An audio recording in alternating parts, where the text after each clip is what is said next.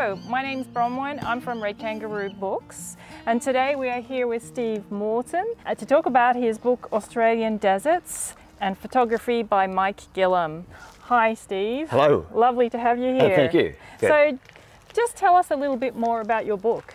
Well, it's an attempt to tell the story about inland Australia with scientific knowledge. So I've written this book distilling what my colleagues and I think about the place, why it looks like it does, why it works like it does ecologically, and put it all into a form that is, I hope, understandable to any reader interested in the deserts and the arid inland, because it's written in plain English and it's brought to life, I hope, by my own reactions in discovering the way that plants and animals go about living in this place. So it's a summation of what we think we know scientifically about the inland, but written for the general reader. And just it seems like a lot of people are really interested in this book because we sold out at the launch, and they've had to do a reprint. Yes, yeah. And the reprint, I hope, arrives in your shop very soon. Yeah, we're very excited about receiving the book again in our store.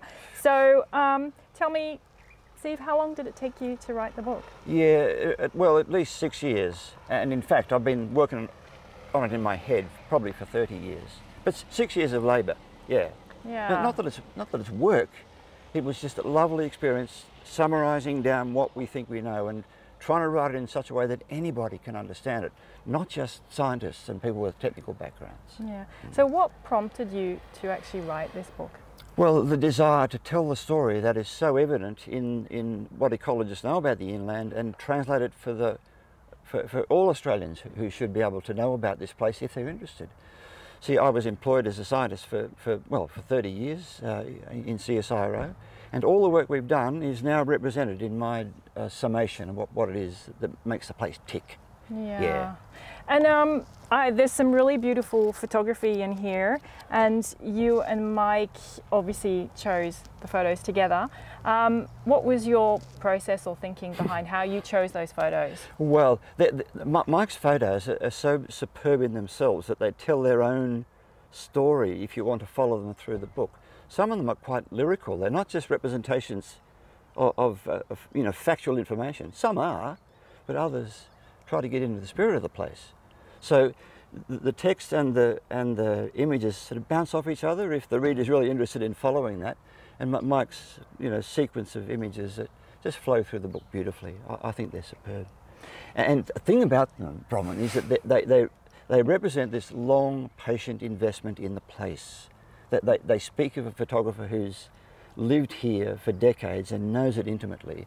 And the photos thereby are trying to reflect my feeling about the text, which of course is a mixture of long-term scientific knowledge and indications of the depth of indigenous knowledge about the place.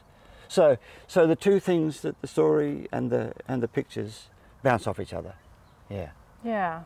Yeah, that's great. And so we're hoping this book will be available from the 1st of June.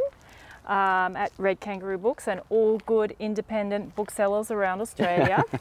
And it's been a runaway success. So if you want a copy, you can look at the link under this video with a link to our website, or you can pop into our bookstore and buy a copy. And yeah, we're very excited about the second edition. I'm assuming that's what it's called? Well, I think a reprint. A reprint? Okay, reprint. And there'll be a new photo in the book, is that correct? Yes, a new frontispiece, which just happened to be dropped.